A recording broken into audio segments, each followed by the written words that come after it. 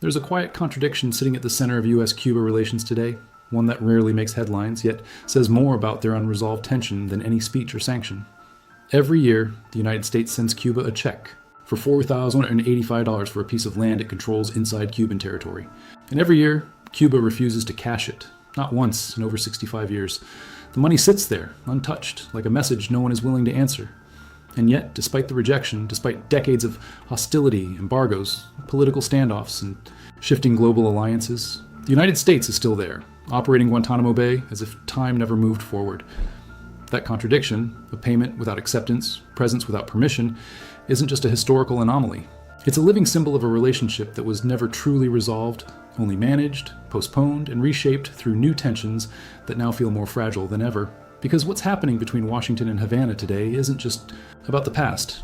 It's about a present that looks increasingly unstable. In recent years, Cuba has entered one of the most severe economic crises since the collapse of the Soviet Union. Fuel shortages have paralyzed transportation. Food lines stretch longer than they have in decades. A new wave of migration has quietly become one of the largest in Cuban history, with hundreds of thousands leaving the island in search of stability. And while Cuba struggles internally, its external relationships are shifting in ways that Washington is watching very closely. Russia has reappeared, not as the dominant patron it once was, but as a symbolic partner, sending delegations, discussing energy cooperation, and reminding the world that Cuba still has alternatives. China, too, has deepened its presence through infrastructure projects and intelligence speculation that has raised concerns inside the United States about surveillance capabilities just 90 miles from its shores. In this context, Guantanamo Bay stops being just a relic of the past and starts looking like something else entirely. A fixed point of American power in a region where influence is once again being contested. Officially, the base exists under a lease agreement signed in 1903 and reaffirmed in 1934, granting the United States control unless both sides agree to terminate it.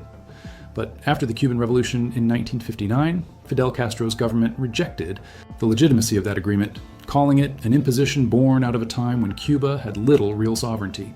From that moment on, Cuba stopped cashing the checks, not as an oversight, but as a deliberate act of protest. In Havana's eyes, accepting the money would mean accepting the deal, and by extension, accepting the permanent presence of a foreign military force on its soil. So the checks remain uncashed year after year as a silent refusal to legitimize what Cuba considers an illegal occupation. But here's where the tension deepens, because from the United States' perspective, Guantanamo Bay is not just legally binding, it's strategically valuable. Over the decades, it has served multiple roles: a naval base, a detention center, a logistical outpost in the Caribbean. Even as global priorities have shifted, its location remains uniquely important. In an era where migration routes from the Caribbean are increasing, where geopolitical rivals are expanding their reach, and where instability in the region could escalate quickly, Guantanamo offers something few other places can: a permanent, uncontested foothold. And that word, uncontested, is key. Because despite Cuba's objections, there's no immediate mechanism forcing the United States to leave.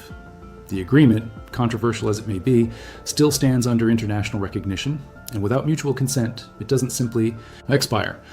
What makes this moment different, though, is how all these layers, historical grievance, legal ambiguity, and modern geopolitics, are starting to converge. The relationship between the US and Cuba has always been tense, but it was once predictable. During the Cold War, the lines were clear. Cuba aligned with the Soviet Union, the US imposed pressure, and both sides understood the stakes. Today, those lines are far less defined.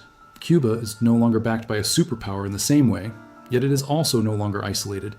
Its outreach to Russia and China, combined with internal instability and rising migration, creates a situation where even small shifts can have outsized consequences.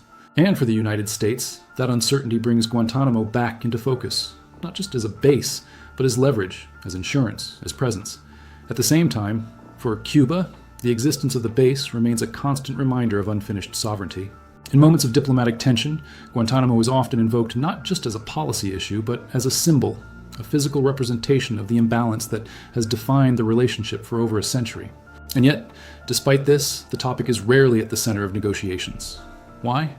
Because addressing it would require confronting something both sides have quietly avoided: the possibility that the status quo, however uncomfortable, has become more convenient than resolution, and that leads to the twist that changes how this entire story is usually understood. For decades, Guantanamo Bay has been framed as a leftover of the past, a Cold War artifact that somehow survived into the present. But what if that's no longer true? What if, instead of being an outdated relic, it has quietly become relevant? Again, in a world where geopolitical competition is no longer centered in Europe alone, where influence in the Western Hemisphere is being reconsidered, and where proximity matters more than ever, Guantanamo isn't just history, it's positioning. It's a signal that even as the global order shifts, certain strategic realities remain unchanged. And perhaps more importantly, it reveals that the relationship between the United States and Cuba isn't frozen. It's evolving, just not in ways that are immediately visible. Because beneath the noise of migration waves, economic collapse, and carefully worded diplomacy, something far more strategic is taking shape, something that goes beyond a forgotten lease or an uncashed check. Guantanamo is no longer just a dispute frozen in history. It's a fixed point in a region that is slowly becoming relevant again on the global stage. As Cuba searches for stability through new alliances, and as global powers quietly reposition themselves in the Western Hemisphere, that small piece of land begins to carry a different kind of weight. Not symbolic, but strategic. And that raises a far more unsettling possibility. If tensions continue to evolve, if pressure on Cuba keeps rising, if influence over the island becomes a renewed priority, could Guantanamo transform from a relic of the past into a tool of the future? And if that moment comes, the real question is no longer why the United States is still there, but whether it might one day choose to use that presence for something far more consequential against Cuba. If you want the truth behind today's headlines and the history of Cuba no one explains, subscribe now, leave a like, and stay with us, because you do not want to miss what's coming next.